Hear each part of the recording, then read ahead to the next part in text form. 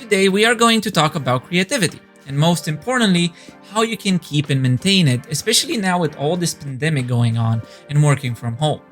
I will give you a few tips that helped me out along the way. But first, drumroll intro.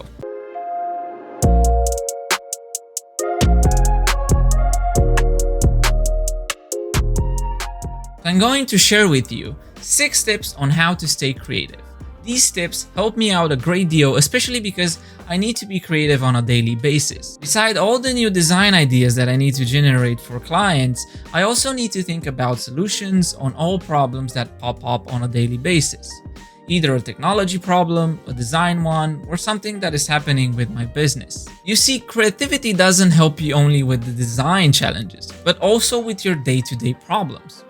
Having a good creativity can also help you out come up with creative solutions for your mundane problems. It also helps you come up with solutions to generate more income probably, or get that favorite car you always wanted, or find new ways to save money and so on. And I know that some of you are looking at this video and be like, but Dennis, I'm not a creative person. I never had the creative idea in my entire life. I don't know how to do it. And my answer to you, my good friends, is that you did not train your creativity. Creativity is not something you're born with, it's something you train. It is like a skill. Think about it like driving or learning how to use a hammer. The more you practice, the better you become at it. So it's not something you're born with. I will go over the exact science in a later video where I'm going to explain more in depth this topic. But for now, let's go over the 6 tips on how to boost your creativity. Tip number 1, break the routine. It's finally spring, you work from home, and you have a system. Yes, but what if you could suddenly go out for a minute and buy yourself a coffee? Or even better, a frappuccino or something new, exciting to lighten up your day. I sometimes do this in the morning after I have my meetings. I go for a quick walk in the park, just grab a coffee, and that helps me to think about something else other than work. And when I come back to my desk, I have a fresh perspective on my work. Tip number 2, clean and organize your workspace. I'm not usually a clean freak. However, I noticed that it helps to organize and clean my desk a bit before starting a new job. My brain seems a bit more relaxed, probably because of the task itself, as it doesn't require too much thinking. I don't know, but either way, clean up the desk clutter and let the creativity flow come to you. Trust me on this, it really works. Tip number 3, experiment. It's okay to experiment. Try something new with your projects. Listen to your gut feeling and go for what hasn't been done before. Your best work can spring up out of a bunch. Give it a whirl. You can always adjust it later. Do some crazy shit. Think outside the fucking box and you will be surprised by how many ideas you can get from this. Learn to re-become a child. Stop thinking with your adult mind. Just remember that everything that we take now for granted, like the internet, flying, space travel, was once considered impossible and crazy.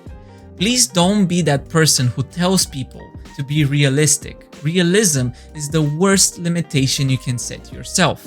Break free and start dreaming and experimenting. Tip number 4, use color to boost your creativity. Colors have been known to enhance your mood and impact your thinking since I don't know when.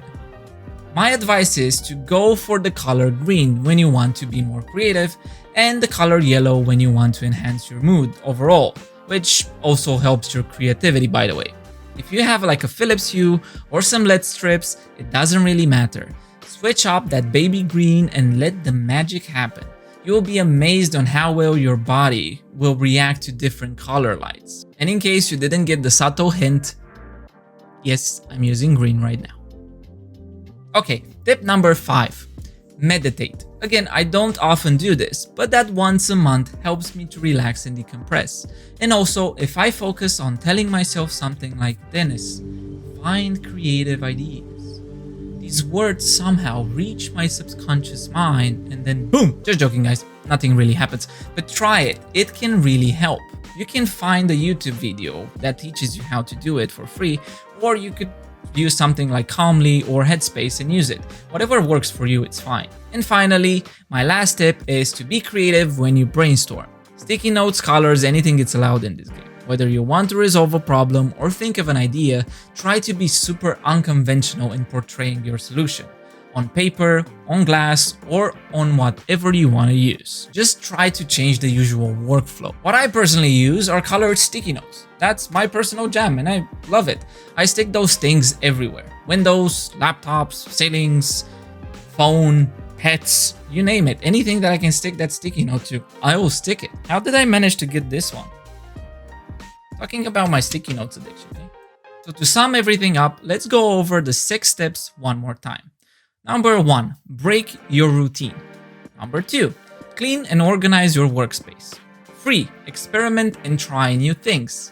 4, use color therapy to optimize your brainwaves. 5, try a bit of meditation. And 6, unleash your restraints when you brainstorm. That's it for today. Let me know in the comments below if you tried any of these before and if it helped. If not, you can try them now. Be creative, stay creative. Hit that like button if you like this video and smash that subscribe button if you haven't already, and I will see you in the next video. Take care.